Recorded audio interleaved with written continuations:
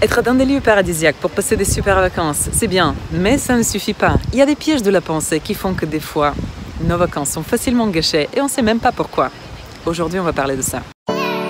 Bonjour, je m'appelle Biliana, je suis chercheur et experte en neurocognition et à travers mes vidéos, je vous aide à mieux comprendre votre pensée pour ne pas succomber aux petits pièges qu'elle vous cache. Aujourd'hui, on parle des vacances. On est dans une période estivale où tout le monde part en vacances, plus ou moins. Bien sûr, il y a le coronavirus qui presse un petit peu la situation.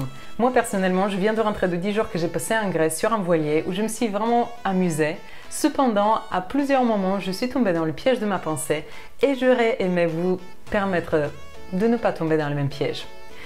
Voyons les 3 patterns que j'ai pu identifier qui gâchent les vacances de manière générale. Le premier pattern, c'est la saturation de l'esprit. Pour comprendre ce mécanisme, il faut comprendre comment l'esprit fonctionne. Notre cerveau étant l'organe le plus énergivore, il aura tendance à économiser de l'énergie. Voyons comment il capte l'information autour. Pour construire l'image de ce qui nous entoure, le cerveau il va scanner l'image. Il va scanner les paysages autour de nous. Et il va obtenir une représentation sous forme d'une carte postale. Donc imaginez une carte postale, même la plus merveilleuse au monde. La première fois où vous la voyez, ça fait un effet « Waouh, c'est trop beau cet endroit-là, j'ai envie de le visiter ». Sauf que imaginez maintenant que vous avez 100 cartes postales avec la même image dessus et que vous les regardez l'une après l'autre, l'une après l'autre, l'une après l'autre. À un moment donné, votre esprit est saturé, il ne voit plus l'image. Et c'est exactement ce qui nous arrive lorsqu'on visite des beaux endroits quelque part dans le monde, peu importe où ils sont. On se fait piéger par le fait que la toute première fois, c'est magnifique, mais à force de visiter de beaux lieux, on se retrouve à un moment donné sans ressentir aucune stimulation. C'est exactement le même mécanisme de stimulation qui se joue lorsqu'on est en train de déguster un super gâteau. Dans la première cuillère, on a une super stimulation, mais plus on avance dans le gâteau, plus on perd la stimulation. Et si j'abuse en termes de quantité, il n'y a plus aucune sensation qui va se produire à l'intérieur de moi. Donc ça, c'est le premier mécanisme. Le deuxième mécanisme, c'est la concentration. Quand on part en vacances, on a tendance à se faire une longue liste de lieux qu'on a envie de visiter. Et on commence à aller d'un endroit à un autre. Ça crée un peu un effet papillon. On va survoler plusieurs endroits sans se connecter en profondeur avec un seul lieu, sans avoir une sensation profonde avec les endroits où on est. Et ça, à la longueur, ça crée de la fatigue. Et le troisième mécanisme qui est un des pièges de la pensée, c'est la passivité. C'est-à-dire que quand on part en vacances, très souvent, on laisse le facteur extérieur décider si la journée va être belle ou pas. C'est-à-dire que si on voit des beaux lieux qui nous créent de la sensation, on va se sentir bien. Et s'il n'y a pas ça, mais on ne va pas sentir grand-chose. C'est-à-dire que notre énergie ne va pas trop bouger et on va se sentir comme si c'était une journée plate. De manière générale, on le fait dans notre quotidien. De temps en temps, on laisse le pouvoir de l'extérieur décider si la journée elle est bonne.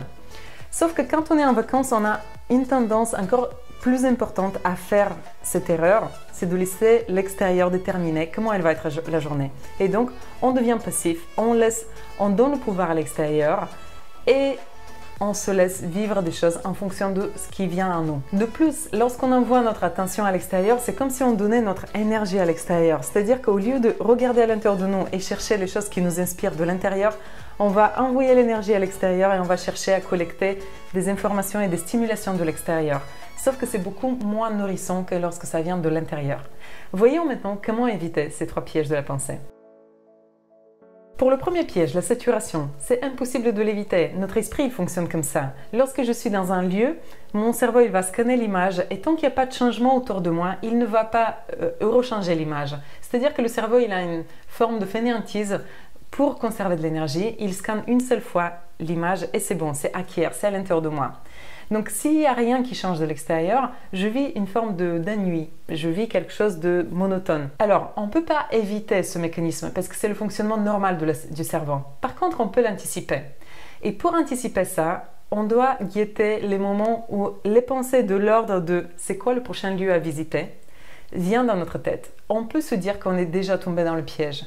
C'est-à-dire qu'à partir du moment où je suis dans un lieu magnifique et à l'intérieur de moi, je me pose la question où est-ce qu'on va par la suite, c'est que je suis dans une forme d'impatience. C'est-à-dire que là où je suis, ça ne me stimule pas assez et je cherche le prochain lieu qui va me stimuler. Là, je suis dans le piège de la saturation. Comment je fais à ce moment-là? C'est je replonge et je me reconnecte à mes sensations. Si je suis en train de nager, je vais mettre mon attention sur la sensation que le contact de l'eau et ma peau crée à l'intérieur de moi. Si je suis un lieu magnifique, je vais inspirer, je vais ressentir la sensation que l'air qui rentre à l'intérieur de moi procure. Ou peut-être tout simplement sentir la douceur du soleil sur ma peau. Ce sont des sensations qui me reconnectent à mon corps, du coup je reviens à l'intérieur de moi et je me déconnecte de l'impatience de mon esprit qui cherche à savoir quelle est la prochaine stimulation de l'extérieur. Le deuxième piège, c'était la concentration, c'est-à-dire que si j'ai une longue liste de lieux à visiter, je risque de passer des vacances sans pleinement connecter en profondeur avec ces lieux que je visite. La solution à ça, c'est tout simplement de revoir sa liste et de choisir 2 endroits, pas plus de 2 endroits par jour, mais d'aller passer vraiment du temps à ces endroits et connecter pleinement avec les lieux qui nous entourent. C'est exactement le même mécanisme qui se joue lorsqu'on interagit avec des êtres humains. Des fois, on va passer des soirées où on va discuter avec 10, 15 personnes. Au final, on va repartir de là sans avoir la sensation qu'on a connecté avec des gens. Alors qu'il suffit de connecter profondément avec 1 ou 2 personnes et la soirée est gagnée et j'ai un sentiment de plénitude à l'intérieur de moi parce que j'ai réussi à toucher à des choses qui viennent des profondeurs. Je ne suis pas restée juste en surface. Donc pendant vos vacances, faites attention de ne pas juste rester en surface et survoler les lieux que vous visitez. Et rentrez en profondeur, touchez les endroits, touchez les arbres, les pierres.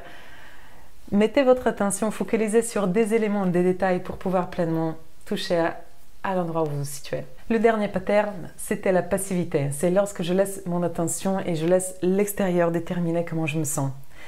Si je suis en train de vivre ce piège, la meilleure des façons, c'est de revenir à mon système de valeurs. C'est de revenir sur les questions de base. Pourquoi je suis partie en vacances? C'était quoi mon objectif de base? Et pour chacun de nous, c'est un objectif différent. Ça dépend de notre système de valeurs. Si pour moi, c'est important de reconnecter avec ma famille, peut-être que je suis partie en vacances tout simplement pour prendre le temps avec mes enfants, pour prendre le temps avec mes proches et pas tellement connecter avec les lieux qui sont autour de moi. Si je sais ça, je vais savoir diriger mon attention de la manière la plus juste pour moi. Peut-être que je suis partie là juste pour trouver de l'inspiration pour mieux travailler.